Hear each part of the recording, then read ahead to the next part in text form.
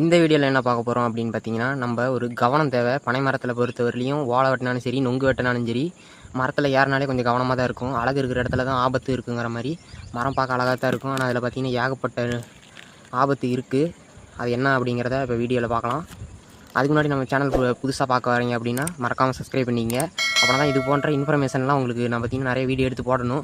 அதெல்லாம் பார்க்கணும்னு நினச்சிங்கன்னா மறக்காமல் சப்ஸ்கிரைப் பண்ணிடுங்க. இது பார்த்தீங்கன்னா நான் மதியமே வந்து பார்த்தீங்கன்னா அந்த மரத்தை கொஞ்சம் சுத்தம் பண்ணேன். எங்கேருந்து பார்த்தீங்கன்னா அந்த மரம் பார்த்தீங்கன்னா கொஞ்சம் ப்ரௌனாக தெரியுது பார்த்தீங்களா, அங்கே இருந்துச்சு கொஞ்சம் அப்படியே அந்த டஸ்ட்லாம் இருந்து. ஏற்கனவே சுத்தம் பண்ணி வச்ச மரம் தான், ஆனால் கொஞ்சம் வளர்ந்ததுனால மட்டைகள்லாம் இருந்துச்சு. அதை பார்த்தீங்கன்னா சுத்தம் பண்ணியிருக்கேன். கீழே பார்த்தீங்கன்னா மட்டைகள்லாம் தெரியும். காலையில் எனக்கு பார்த்தீங்கன்னா ஒரு காயம் ஆகிடுச்சு. இது பார்த்தீங்கன்னா ரொம்ப கவனமாக தான் இருந்தேன். எப்படின்னு பார்த்தீங்கன்னா, இந்த இடத்துல ஒரு காஞ்ச மட்டை இருந்துச்சு. இதை அறுக்கும்போது இதில் இந்த கூரில் பார்த்தீங்கன்னா என் கை கத்தியிலிருந்து அப்படி இழுத்துருச்சு. பார்த்தீங்கன்னா எவ்வளோ தான் கவனமாக இருந்தாலும் நம்ம கையில் காயம் ஆக தான் செய்யும். மரம் பார்த்தீங்கன்னா தெளிவு ஏறுறதுக்கு வசரம் பார்த்தீங்கன்னா நான் சுத்தம் பண்ண கிடையாது. இந்த பாலையை பார்த்தீங்கன்னா வெட்டி சுத்தம் பண்ணுறதுக்கு தான் பார்த்தீங்கன்னா இந்த மரத்தில் ஏறினது. பார்த்தீங்கன்னா எங்கே இருக்குது பாருங்கள் பாலை. ஆனால் கீழே மரம் இன்னும் எவ்வளோ கீழே இருக்குது. இன்னும் சுத்தம் பண்ணணும்னு நினச்சோம்னா இது வரலையும் இந்த மட்டையை அறுத்து சுத்தம் பண்ணணும். இதை வந்து வெட்டி காய்ஞ்சிடுச்சுனாலே அதே தானே கொட்டிடும். இப்போ ஏறுற மாதிரி இருந்தால் இது வரலையும் நம்ம மரத்தை அறுத்து க்ளீன் பண்ணிட்டு போகணும். நம்ம ஏறாதனால இதோட அப்படி வெட்டி விட்டோம்னா அது காஞ்சி இப்போ அதே ஒரு நாள் விழுந்துடும்.